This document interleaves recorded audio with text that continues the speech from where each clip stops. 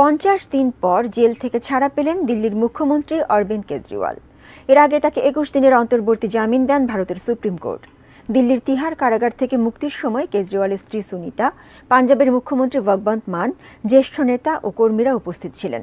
বেরিয়ে যাওয়ার সময় সাংবাদিকদের তিনি বলেন, স্বৈরশাসকের হাত থেকে দেশকে মুক্ত করতে হবে। আগামী 1 জুন পর্যন্ত কারাগারের বাইরে থেকে নির্বাচনী প্রচারে অংশ নিতে পারবেন আম আদমি পার্টির নেতা কেজরিওয়াল।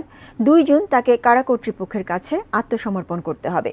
দিল্লির মুখ্যমন্ত্রীর কারামুক্তিকে বিজেপির জন্য বড় পরাজয় হিসেবে দেখছে 26 দলের সমন্বয়ে গঠিত বিরোধী জোট ইন্ডিয়া। তবে বিজেপি তাদের প্রতিক্রিয়ায় বলেছে, মদনীতি কেলেঙ্কারির হোতাকে আবারও কারাগারে ফিরিয়ে আনা হবে। মদনীতি কাণ্ডে জড়িত অভিযোগে গত 21 মার্চ কেজরিওয়ালকে গ্রেপ্তার করেছিল ভারতের এনফোর্সমেন্ট ডিরেক্টরেট ইডি।